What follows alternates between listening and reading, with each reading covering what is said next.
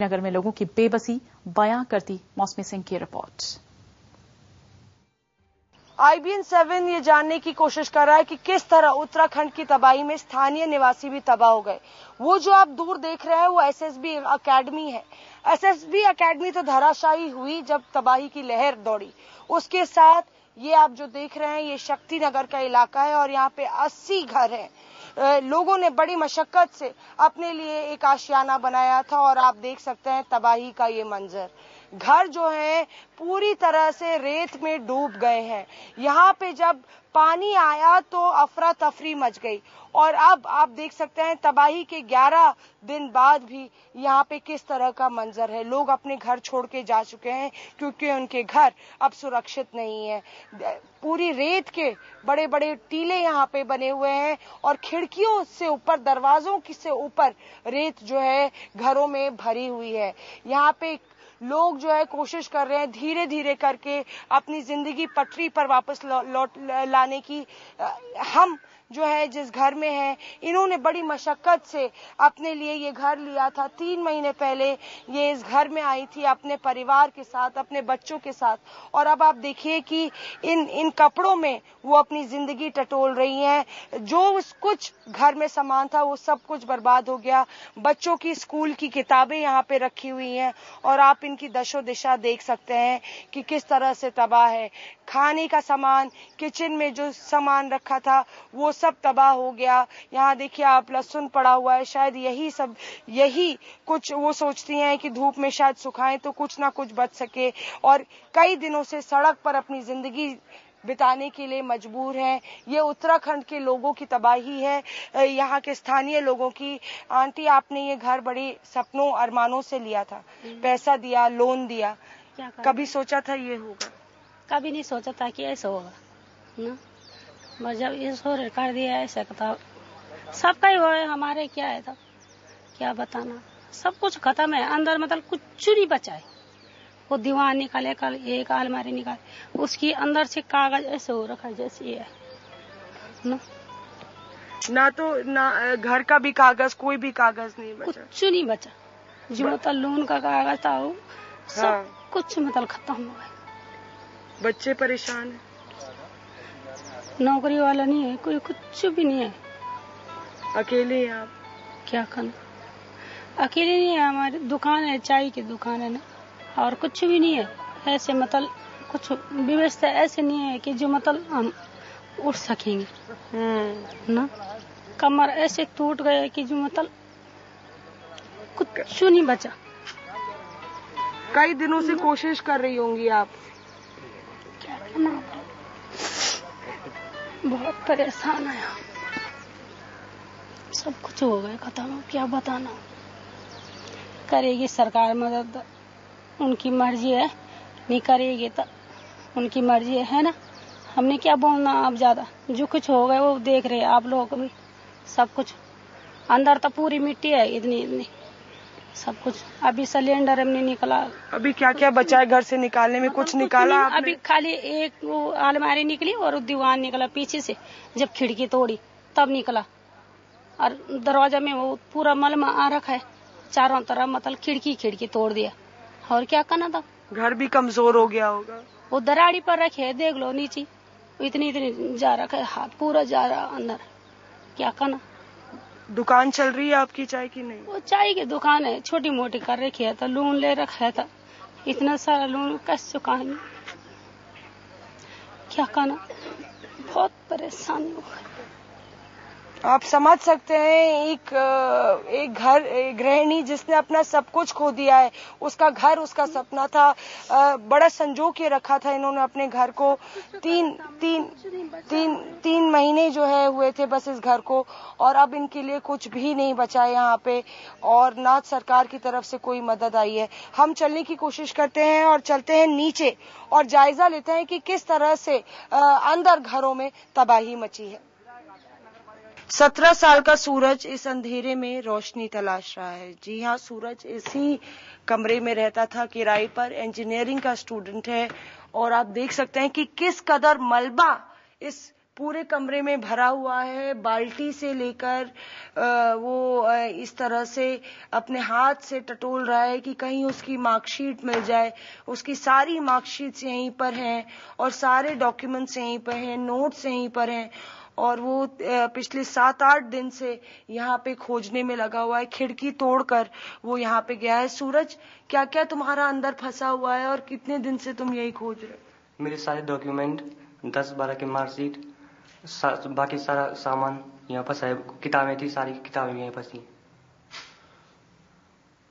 माँ बाप ने बड़े सपने के साथ भेजा होगा तुमको पढ़ने के। हाँ, मेहनत करके पैसा जुटा के। हाँ। कितना खराब लग रहा है तुम्हें? बहुत बेकार लग रहा है। कितने घंटों से तलाश रहे हो? कितने दिन से यही कर रहे हो? मैं लगभग 3 दिनों से। मलबा भरा हुआ था ऊपर तक? हाँ, पूरा भरा था। इधर उधर तोड़ के अंदर गई। फिर यहाँ से हल्के हल्के के पूरा मलबा बाहर निकले। पूरा पानी भरा था कमरे में। ये उत्तराखंड की युवा की तस्वीर है जो त्रासदी में फंसे हुए हैं। आप देख सकते हैं कि पूरे मलबे में वो बैठा हुआ पिछले 3 दिन से इसी तरह से मशक्कत कर रहा है। अपने दोस्त के साथ वो यहाँ पे रहता था और उसके दोस्त के पिताजी यहाँ गांव छोड़ के आए हुए हैं, सब कुछ काम छोड़ के आए हुए हैं। भैया, आपका भी लड़का यहाँ पे पढ़ता था। कितने दिन से आप लोग लगे हुए हैं? कोई मदद मिली? मेरे को 5 दिन करीब हो गया यहाँ पे और 5 दिन से कोई आदमी नहीं मिला। और बच्चे का अभी लास्ट ईयर है, परीक्षा 9 तारीख से उसका एग्जाम शुरू है। उसका प्रैक्टिकल का पूरा सामान यानी यहाँ पे ध्वस्त हो गया और पूरा जो भी सामान है उनका पूरा क्षति हो गया। सारा सामान ध्वस्त हो गया। सूरज अकेले ही अपने नोट्स तलाश रहा है और जिनका घर है यहाँ पे उन पर क्या बीत रही होगी। आप ये सोचिए, पूरे घरों में भैया दरारें आई हुई हैं। आपका ही घर है ये और आपको लगता है कि अब कैसे बनाएंगे, कैसे गुजर बसर होगी? मुझे तो नहीं लगता अब जो है कि ये मकान रहने लायक हो, क्योंकि अंदर से भी और बाहर से भी चारों तरफ से फट चुका है। ऊपर छत में भी पूरा मलबा घर भरा हुआ, हर कमरों में मलबा भरा हुआ है। बाहर से खाली कर दे तो अंदर का खाली नहीं होगा, अंदर का खाली करते तो बाहर का खाली नहीं होगा। ये तो बड़ा मुश्किल है। 3 या 4 लेबर 4-5 दिन से मिल रही है और पूरा दलदल है। वो दलदल निकालने में बड़ी परेशानी आ रही है। सरकार की तरफ से कोई मदद मिली? कह रहे थे चेक दे रहे हैं। एक चेक मिला था हमें 3-4 दिन बाद। कितने? 2700 का। 2700 रुपए का चेक दिया गया है। आप जिसका घर तबाह हो गया हो, सब कुछ तबाह हो गया हो, भैया 2700 रुपए काफी? वो तो 2700 रुपये वो तो खाली ये है कि हम तो न भी मिलता तो उसका हम नहीं करना। मजाक है जब मजाक है। और ये है कि अभी मैं ITBP से हूँ। मैं यहाँ पर जनवरी पीरियड में ट्रांसफर जा रहा था। जनवरी पीरियड था, अभी 60 दिन छुट्टी बढ़ाई थी तो अभी फोन आया था कि 60 दिन छुट्टी बढ़ा दी। लगभग 15 दिन तो होने वाले हैं। अब इन छुट्टियों के दौरान नहीं होगा तो फिर तो मुश्किल ही। सुन सकते हैं आप, सब अपनी कोई छुट्टी पे आया है, कोई नौकरी छोड़ा हुआ है और उस पर प्रशासन एक तरह से मखौल उड़ा रहा हो। 2700 रुपए का चेक इक्का दुक्का लोगों को मिला है और बाकियों को वो भी नहीं मिला है। कोई मदद नहीं है यहाँ पे लोगों की। युवा हो या बुजुर्ग हो, सब जो है अपने घर को किसी तरह से बचाने में जुटे हैं, अपनी जिंदगी को किसी तरह से यहाँ पे बचाने में जुटे हैं। चलिए चलते हैं आगे और बात करते हैं यहाँ पे और लोगों से। ये देखिए, ये इस घर की छत है और ये छत हमारे सर तक आ रही है, मतलब हमारे हाइट तक। तो आप ये सोच सकते हैं कि कितने ज्यादा मिट्टी जो है, कितना ज्यादा रेत नीचे दबा हुआ है और किस तरह से अगर बात करें तो घरों में रेत भरी होगी। एक JCB मशीन यहाँ पे कई दिनों से काम कर रही है। बाहर सड़क का आलम देखिए आप जरा, पूरे सड़क में रेत भरी हुई थी। यहाँ के जो स्थानीय निवासी हैं उनसे बात करते हैं, इतनी रेत कहाँ से आ गई भैया? ये पूरी छतों से भी गिर के कुछ अंदर से निकाल रहे हैं, कुछ जो JBC कंपनी वाले हैं उनकी रेत पूरी यहाँ पे आई है। हाँ, क्या हुआ था उस रात? इन्होंने रात को 2 बजे करीब खोला। ये 2:30 बजे मैंने बच्चे निकाले बाहर, तब तक तो मैं अंदर ही फंसा हुआ था। फिर भी मैं अंदर ही था। फिर मैंने नाव बुलाई, फिर नाव से मैं बाहर निकला। बाकी पूरी मिट्टी अभी ये 2700 से क्या होना, वो तो ना के बराबर है। 2700 चेक दिया है। हाँ, जो चेक दिया 2700, उससे क्या होता? उससे तो मेरी आधी खिड़की भी नहीं आनी। वो तो मैंने बोला भाई आई एम रिफ्यूज दैट, कि मेरे को ये भी नहीं चाहिए आपका। नहीं, अगर आप मदद नहीं कर सकते, अभी हमारे पूरे कैप्टन साहब हैं जो फौजी हैं, वो हमारे साथ थोड़ा बहुत हेल्प कर रहे हैं। प्रशासन की तरफ से कोई लेबर नहीं आ रही जी, प्रशासन की तरफ से कोई मदद नहीं, कोई मदद नहीं आ रही, कोई लेबर नहीं आ रही, कुछ नहीं आ रही। आप सुन सकते हैं ये हाल है। ये 50 घर ऐसे हैं जो बुरी तरह से क्षतिग्रस्त है और प्रशासन की तरफ से मदद नहीं आ रही। ये कुछ पूर्व सैनिक हैं जिन्होंने मदद का हाथ बढ़ाया है, कुदाल के साथ लगे हुए हैं दिन रात। आप कहाँ से आए हैं और किस भावना से यहाँ पे आए हैं? देखो, मैं सबसे पहले तो ऑनरी कैप्टन रिटायर हूँ। मैं गौरव सेनानी यानी पूर्व सैनिक जो है उसका गौरव सेनानी का अध्यक्ष हूँ। अध्यक्ष होने के नाते हमारे यहाँ पर ये पूर्व सैनिक अगले जो है 8 दिन से लगे हुए हैं मदद करने पर, क्योंकि ये लोग भी पूर्व सैनिक हैं। यहाँ पर काफी इलाका जो है पूर्व सैनिकों का, मेरा गांव तो काफी ऊपर है, मैं न्यू डांका हूँ और इन लोगों की यहाँ पर दिन रात जो है मदद कर रहे हैं और इनकी जो है त्रस्त आप देख सकते हैं, दिन रात लोगों की मदद कर रहे हैं। पर यहाँ पे प्रशासन, डीएम वीएम कोई कुछ नहीं आया पूछने। आया था, खंडूरी जी आए थे, निशंक जी आए थे, वो घूम घाम के चले गए। उनसे मैंने बात की थी। नेता आते हैं, घूम घाम के चले जाते हैं, उसके बाद कुछ और मदद आई? उसको कोई मदद नहीं आई, कोई मदद नहीं आई। आप सुन सकते हैं, सुंदरी देवी है यहाँ पे खड़ी हुई है, चेहरे पर मायूसी है, दुख है, दर्द है। दुख है, दर्द है, कुछ नहीं बचा हमारे पास, कुछ नहीं है। हाँ, कुछ नहीं बच्चों के पास, आज तकलीफ रह दिया है। सब बच्चे सब 3 छोटे बच्चे वहाँ भेजे, सब राहत शिविर में रह रहे हैं। लड़की का भी बच्चा आ रहा है 13 दून से, वो भी ऐसे चले गई। क्या करना, इस आदमी की जान बचा, सामान कुछ नहीं बचाए, कुछ नहीं हमारे पास, कुछ नहीं हमारे पास। जितना पैसा था सब लगा दिया है। बच्चा भी ऐसा बिना रोजगार, नौकरी नहीं, चाकरी नहीं, कुछ नहीं है, कुछ नहीं है।